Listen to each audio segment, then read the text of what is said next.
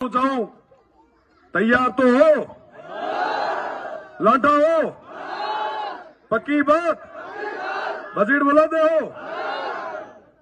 जिसमें लोकसभा चुनाव को लेकर बड़ी खबर, भचीड़ बोला देंगे के डायलॉग को लेकर शिव विधायक रविंद्र सिंह भाटी पर बायतू विधायक एवं कांग्रेस नेता हरीश चौधरी ने बोला जुबानी हमला। कैलाश चौधरी को चुनौती देंगे रविंद्र भाटी, तो अब उम्मीदवार बेनीवाल ने कांग्रेस का दामन थामकर जैसलमेर बाड़मेर में ताल ठोंकने को लेकर कही।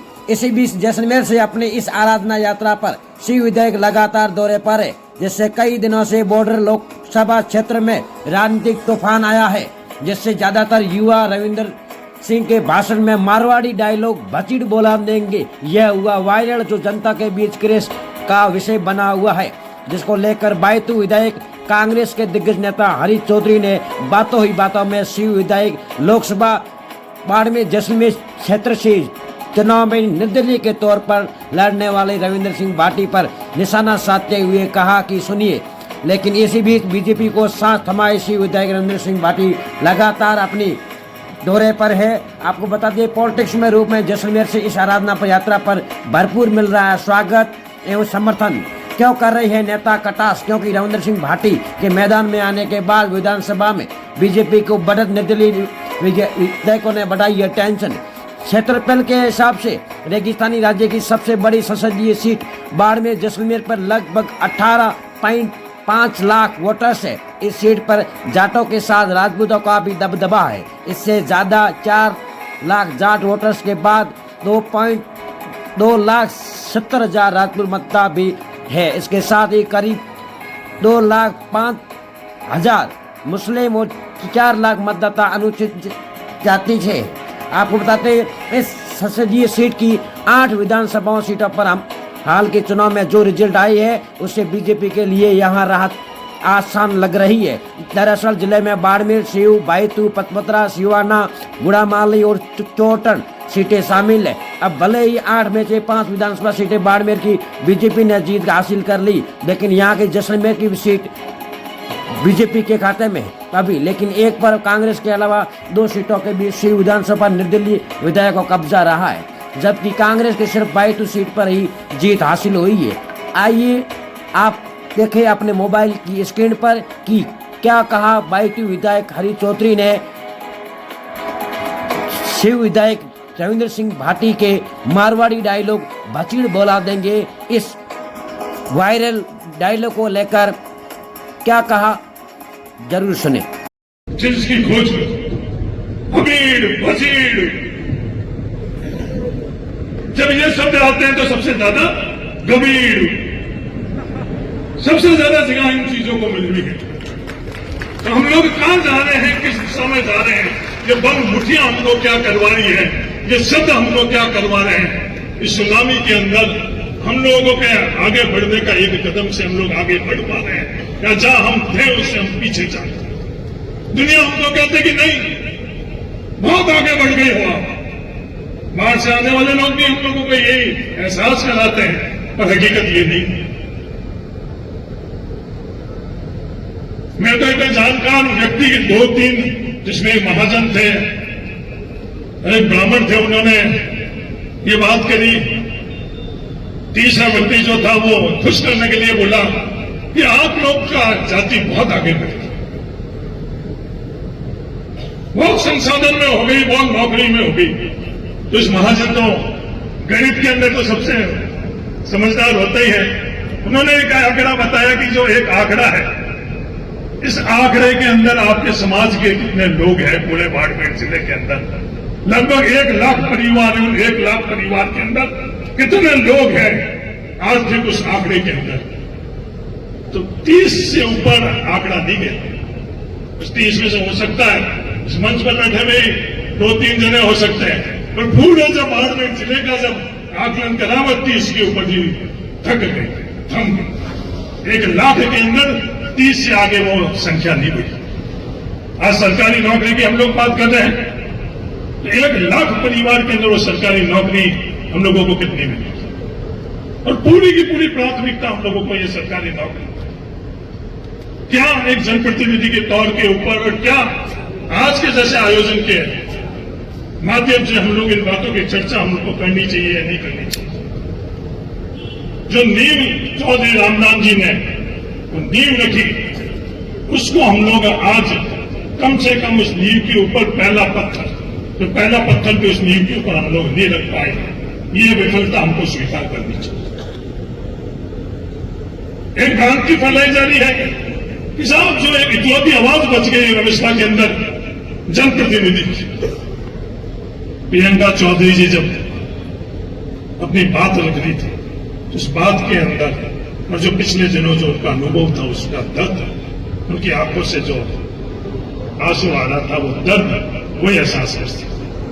बाकी सब तो हम लोग ये तो सफलता में तालियां बजा रहे हैं कि चलो एमएलए बन गई है,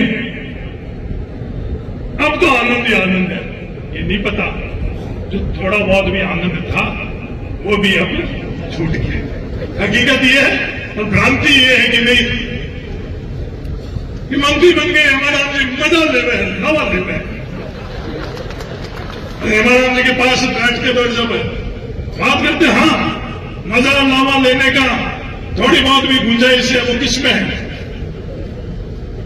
वो संसाधन के लूट के अंदर, और उस संसाधन के लूट के अंदर अपने आप को विलुप्त और अपने लोगों की आवाज विलुप्त कर और आप अगर उनके साथ कदम से कदम मिलाओगे तो उस लूट के अंदर थोड़ा बहुत हिस्सा आप लोगों को मिल जाएगा। तो प्रियंका जी से संघर्ष की जो दूसरी पारी की शुरुआत है, जो तकलीफ और दर्द हेमाराम जी की पीढ़ी ने, क्योंकि पीढ़ी दर पीढ़ी चीजें बदलती जाए। राजस्थान की व्यवस्थाओं के अंदर आज तीसरा दौर है। सुखाड़िया जी से लेकर भैरव सिंह जी का एक दौर था, फिर 25 वर्ष का दौर रहा अशोक जी और वसुंधरा सिंधिया जी का, और जो तीसरा दौर अब शुरू हुआ है एक शपथ ग्रहण समारोह के माध्यम से, वो तीसरा दौर रामदान जी की, गंगाराम जी का संघर्ष उस वक्त का रहा, और उससे ज्यादा संघर्ष हेमाराम जी का उन 25 वर्षों के अंदर रहा। उसका एहसास हम लोग नहीं कर पा रहे, और उससे ज्यादा संघर्ष अपन लोगों का रहेगा। ये आप मानकर, ये सच्चाई है, बड़ी कड़वी सच्चाई है कि वो संघर्ष हम लोगों को करना पड़ेगा और अपने खुद के लिए नहीं करना पड़ेगा। तो संघर्ष जो हम लोगों के चौधरी रामदान जी ने हम लोगों को जो दिशा बताई है, उस दिशा में हम आगे बढ़ रहे हैं या नहीं बढ़ रहे, उसके कारण हम लोगों को संघर्ष।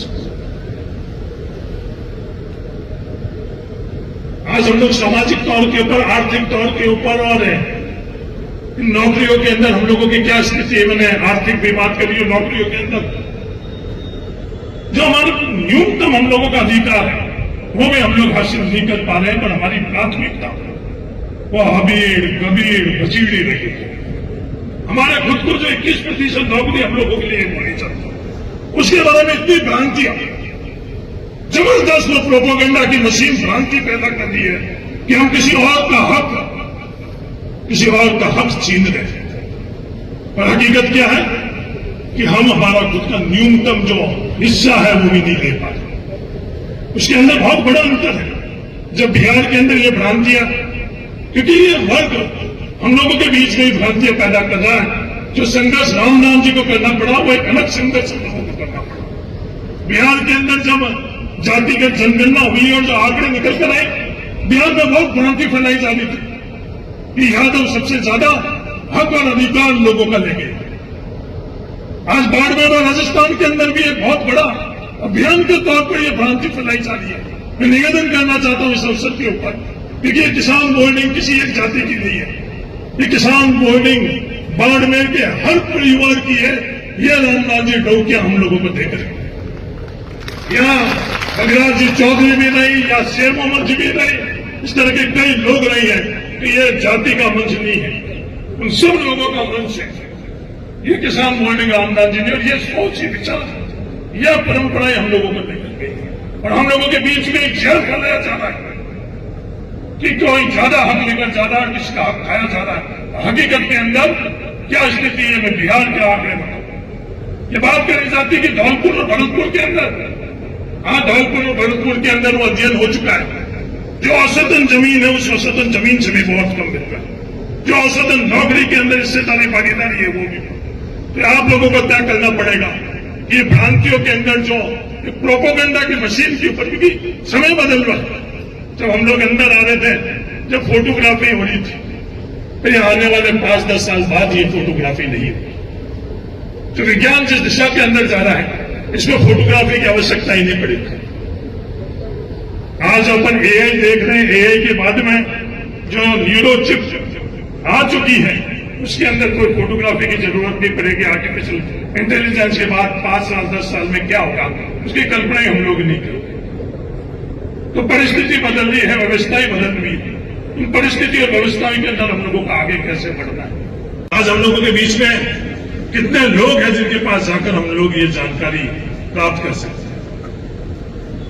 ये अंतिम पीढ़ी के अंदर कुछ चंद लोग बचे हैं, उसके बाद में हम लोग जैसा हम लोगों को किताबों में और भाषणों में बताया जाएगा वो चीज हम मान लेंगे।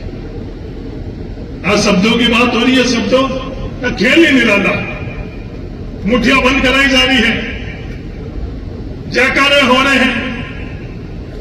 उन जयकारों के अंदर हम क्या है, वो जब शब्दों की जिक्र आ रहा है तो किन शब्दों को सबसे ज्यादा जगह मिल रही है?